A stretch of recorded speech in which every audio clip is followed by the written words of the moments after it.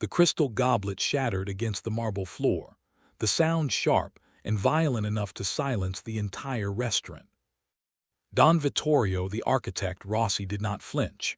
He sat frozen, his hand still raised, the stem of the broken glass still pinched between his thumb and forefinger. But the wine, a 1945 Romanée Conti worth more than the building they sat in, was not pooling red on the white floor. It was hissing. A corrosive, white smoke curled up from the droplets splattered across the expensive Italian loafers of his frantic intruder. "Don't drink it," the boy screamed. He couldn't have been more than 7, though he looked 5. A scrawny, trembling thing in a coat 3 sizes too big, with dirt smudged into the hollows of his cheeks. He stood there, chest heaving, his small hands balled into fists, staring at the most dangerous man in the city with a mixture of terror and defiance.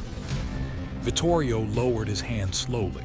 The entire restaurant, Il Castello, the fortress where the city's elite dined, had gone deathly quiet. 3 of Vittorio's bodyguards had their guns drawn, the barrels trained on the child's small chest. The boy didn't look at the guns. He looked only at the sizzling liquid eating into the marble. "Hold," Vittorio commanded. His voice was low, the rumble of a foundation settling. He looked at the floor. The acid was bubbling, turning the pristine white stone a sickly yellow. If he had taken that sip, his throat would have dissolved before he could even choke. Vittorio looked at the boy. "You have terrible table manners." The boy swallowed hard, his eyes darting to the clock on the wall. 8:12 p.m. He said if I didn't stop you by 8:15, he'd hurt Mia. Vittorio stood up. At 6'4", he was a tower of a man, known not for his temper but for his terrifying precision. He was a man who built skyscrapers and crime syndicates with the same blueprint: structure, order, consequences. He stepped over the toxic puddle and knelt.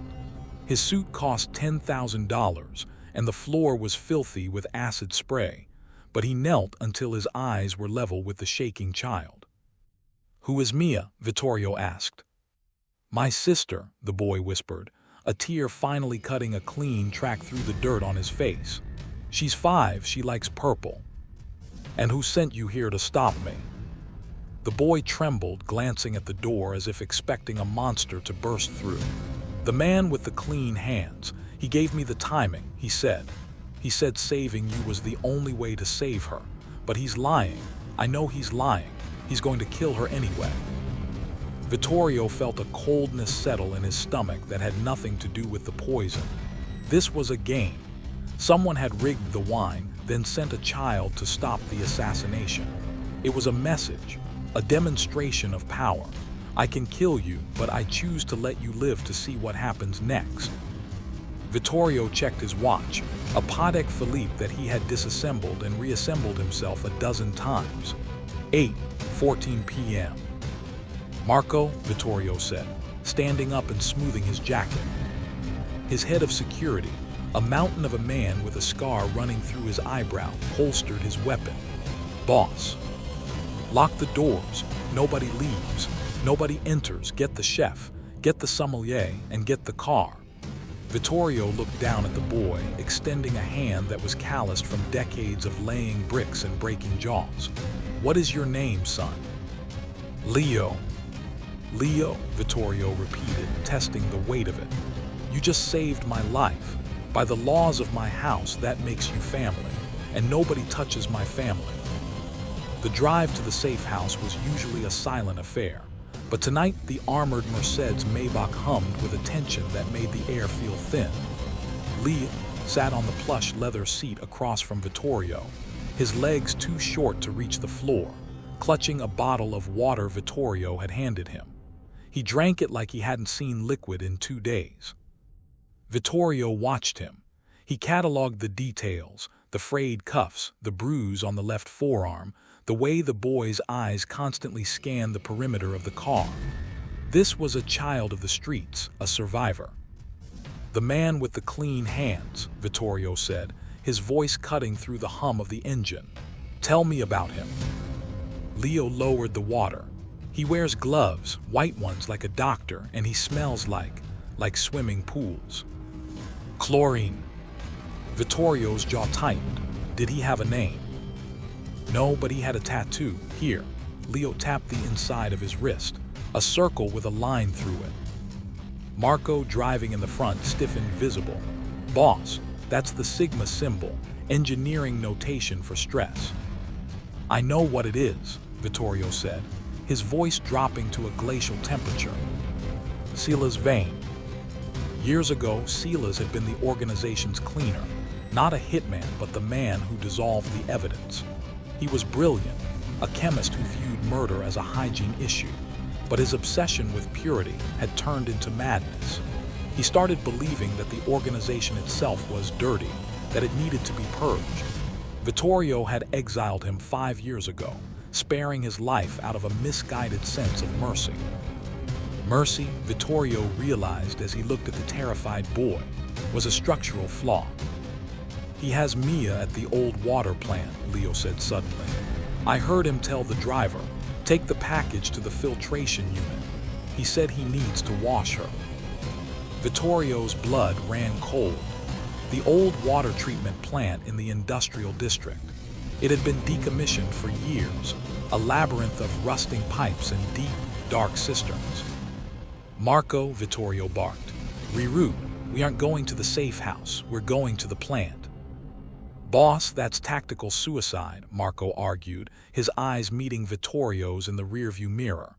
We have 3 men. Vane will have a platoon. We need to regroup, get the soldiers. We have a deadline, Vittorio interrupted. He pointed to the digital clock on the dashboard. 8:35 p.m. Vane is a creature of schedule. If he sent Leo to save me at 8:15, it's because he wants me alive for something specific. He wants an audience. Vittorio looked at Leo. Does Mia have a favorite toy? Leo nodded, his lip trembling. A stuffed rabbit, it's missing an ear. She calls him Mr. Floppy. We will get Mr. Floppy back, Vittorio said, and we will get Mia. The car tore through the rainy streets of the city, the tires hissing on the wet asphalt.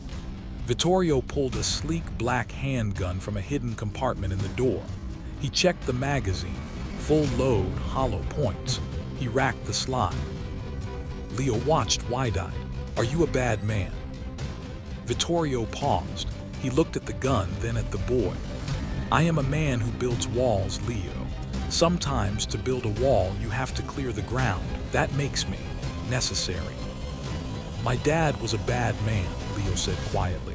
He hurt us. That's why we ran away. That's why we were on the street when the clean man took us. But Vittorio felt a pang of something he hadn't felt in decades, empathy. He had no children. His life was blueprints, steel, and ledger books. I am not your father, Leo, but tonight I am the monster that hunts other monsters. They arrived at the perimeter of the water plant at 8:58 p.m. The structure loomed against the night sky, a rusted skeleton of iron and concrete. Rain lashed against the cracked windows. Stay in the car, Vittorio ordered. Marco, give the boy your backup piece. Leo, if anyone opens this door who isn't me or Marco, you pull the trigger. You don't hesitate, you understand. Marco hesitated, then handed a snub-nosed revolver to the 7-year-old. The gun looked massive in Leo's hands. I'm coming with you, Leo said. No, Vittorio said. He won't open the door for you, Leo said, his voice surprisingly steady. He said he's waiting for the little messenger to return. If I don't go, he flushes the tanks. Vittorio stared at the boy. He saw the fear, yes, but he saw something else too. Steel, the kind of structural integrity that didn't break under pressure. Stay behind me, Vittorio said. If I say run, you don't look back. They moved through the side entrance, stepping over rusted chains and puddles of stagnant water. The plant was silent except for the rhythmic drip, drip, drip of leaking pipes. It smelled of rot and chemicals, the scent of Sila's vein. They reached the main filtration chamber. It was a cavernous room dominated by 4 massive vat-like tanks. Catwalks crisscrossed the air above them. And there, standing on the central platform, was Sila's Vane. He wore a pristine white hazmat suit, the hood down, revealing a face scrubbed raw and pink. He wore white cotton gloves. In his hand, he held a remote detonator. Below him, suspended inside an empty glass filtration tank, was a small girl. She was clutching a one-eared rabbit, her eyes squeezed shut, humming a tune to herself to block out the terror. Punctual, Vane's voice echoed through the chamber. I always admired that about you, Vittorio. The architecture of your schedule is flawless. Let the girl go, Silas, Vittorio said, stepping into the light, Leo cowering behind his heavy wool coat. You wanted me, I'm here. I don't just want you, Vane smiled, a tight, neurotic expression. I want your legacy.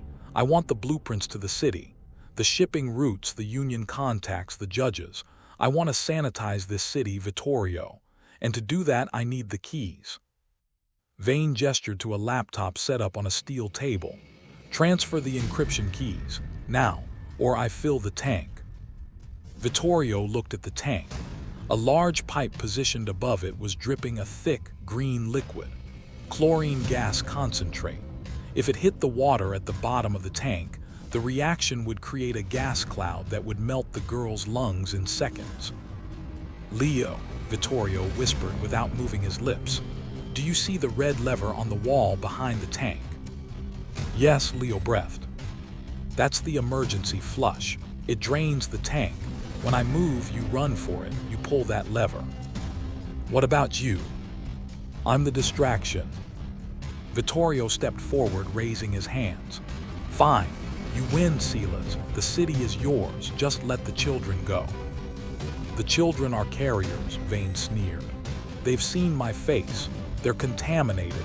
Once I have the keys, I flush the system. It's only hygienic.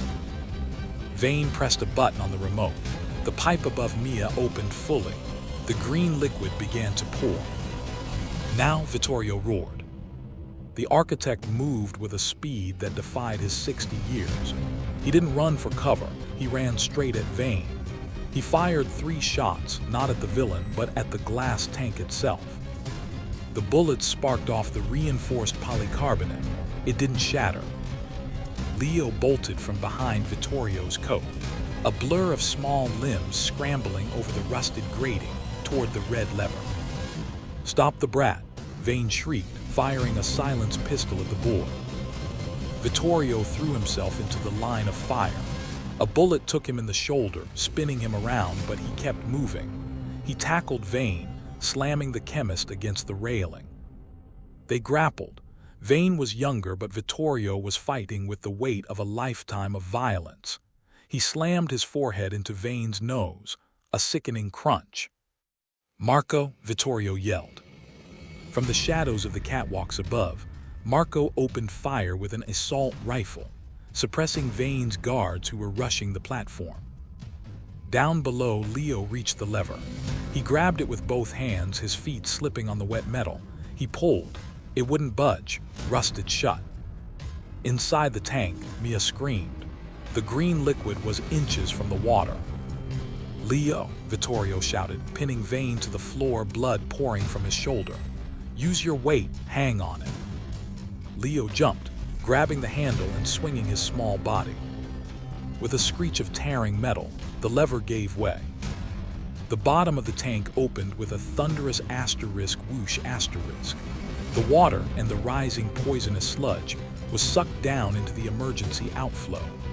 Mia slid down the sloped glass floor, tumbling out of the tank onto the metal grating below, wet and terrified but alive. Vittorio stood up, panting, his hand pressed to his bleeding shoulder. Vane lay unconscious at his feet. Vittorio looked down at the chemist. He picked up Vane's gun. You forgot the first rule of architecture, Silas, Vittorio rasped. Every structure needs a heart. You don't have one. He didn't kill him. Death was too easy. He pistol-whipped Vane hard, ensuring he wouldn't wake up for hours. Marco, tie him up. The police will find the butcher of the waterworks here with enough evidence to put him away for 3 lifetimes. Vittorio climbed down the ladder to the lower level. Mia was huddled in a ball, shivering violently. Leo was wrapping his oversized coat around her. Vittorio knelt. The pain in his shoulder was a searing fire, but he ignored it.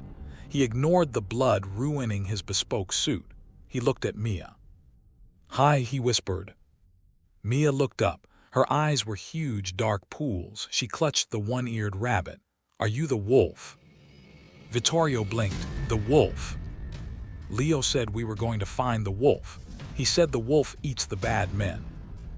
Vittorio let out a short, rough laugh that turned into a cough. "Yes, I suppose I am." He reached into his pocket and pulled out a silk handkerchief. He gently wiped a smudge of grease from her cheek. "Do you like purple, Mia?" She nodded. "I have a car. It has lights inside. I can turn them purple. Would you like to see?" Mia looked at Leo. Leo, looking like a soldier returning from war, nodded. "Okay," Mia whispered. Vittorio tried to stand, but his legs wobbled. The blood loss was getting to him. He stumbled. Leo was there instantly, bracing his small shoulder under Vittorio's good arm. It was a futile gesture. The boy weighed nothing compared to the man, but the intent was solid as granite. "I got you," Leo grunted. Vittorio looked down at the boy. "I thought I was saving you." Leo looked up, fierce and determined. "We save each other, that's the rule." Vittorio smiled. It was a real smile, one that reached his eyes. "That's a good rule." 3 months later, the courtroom was paneled in mahogany, a wood Vittorio appreciated for its density. He stood before the judge, his arm in a sling, his suit immaculate. "Mr. Rossi," Judge Harrington said, peering over her spectacles, "this petition is highly unusual given your reputation." "My reputation is one of effectiveness, Your Honor," Vittorio said smoothly. "I have significant resources. I have a secure estate, and I have the best private tutors in the state on payroll." "And the children?" The judge looked at the 2 small figures sitting at the plaintiff's table. Leo was wearing a suit that actually fit him, a miniature replica of Vittorio. Mia was wearing a purple dress and drawing on a legal pad. "They have no living relatives," Vittorio said. "They have been through hell. I intend to give them heaven." The judge turned to Leo. "Leo, do you understand what this adoption means? You would be the legal son of Mr. Rossi." Leo stood up. He didn't look at his shoes anymore. He looked the judge in the eye. "He saves us, Your Honor, and we save him." The judge sighed, banging the gavel. "Petition granted." As they walked out of the courthouse, the paparazzi were waiting. Flashes popped like gunfire. Vittorio ignored them. He ushered the kids into the waiting Maybach. Inside, the ambient lighting was set to deep purple. "Did you get it?" Mia asked, bouncing in her seat. Vittorio reached into his pocket. He pulled out a small, velvet box. Inside was a silver charm bracelet. The first charm was a tiny, intricate silver house. "For the architect," Vittorio said, clipping it onto her wrist. He turned to Leo. He handed him a box containing a watch. It wasn't a child's watch. It was a vintage Patek Philippe waiting to be restored. "It's broken," Leo said, looking at the stopped hands. "Fixing things takes time," Vittorio said. "I'll teach you." 12 years later, the skyline of the city had changed. New towers of glass and steel pierced the clouds, buildings that were safer, stronger, and more beautiful than anything that had come before. They were built by Rossi Construction, a legitimate firm that had slowly, over a decade, swallowed the old criminal empire and digested it into something legal. Vittorio sat on the terrace of his penthouse, a blanket over his legs. The years had been kind, but the old wounds ache in the winter. He watched the young man sitting across from him. Leo was 20 now, studying structural engineering at MIT, home for the holidays. He was hunched over a complex set of blueprints. "The load-bearing ratio on the north wall is off," Vittorio said, pointing with a shaking finger. It's a cantilever design, Dad. Leo smiled, not looking up. It holds. It holds until the wind hits 40 knots, Vittorio grumbled. Then it sings. You don't want a singing building. The glass door slid open. A teenager walked in, her hair dyed a vibrant streak of purple. Mia held up a portfolio. I got into the Art Institute, she announced. Vittorio's face lit up. With the scholarship. Full ride, she grinned. They liked the portfolio, especially the drawings of the water plant. Vittorio's smile faltered for a second. The water plant. They had torn it down 10 years ago and built a park in its place. The Sophie and Leo Rossi Community Garden. Good, Vittorio said softly. Turn the ugly things into beautiful things. That is the work. He coughed, a deep, rattling sound in his chest. Leo looked up sharply. You okay? Just old, Vittorio waved a hand. The foundation is settling. He looked at his children. He thought about the wine glass shattering on the floor. He thought about the poison that should have killed him. You know, Vittorio said, looking at the city lights. I spent 40 years building walls to keep people out. I thought that was strength. He reached out and took Mia's hand. Leo placed his hand on top of theirs. But the strongest structures, Vittorio whispered, are the ones that bridge the gaps. Epilogue. Vittorio Rossi died peacefully in his sleep 2 years later. His funeral was the largest the city had ever seen. Senators stood next to sanitation workers. Union bosses stood next to artists. But in the front row, standing alone, were a young architect and a young artist. When the service was over, Leo walked to the casket. He placed a single object on the polished wood. It was a fully restored Patek Philippe watch. It was ticking, loud and steady. Time goes on, Leo whispered, repeating the lesson his father had taught him. He turned and walked away, his arm linked with his sister. They walked out of the cemetery and back into the city their father had built, not with crime, but with a second chance. The inscription on the tombstone didn't say Don or boss or even father. It read, Vittorio Rossi. He built the foundation, we built the rest.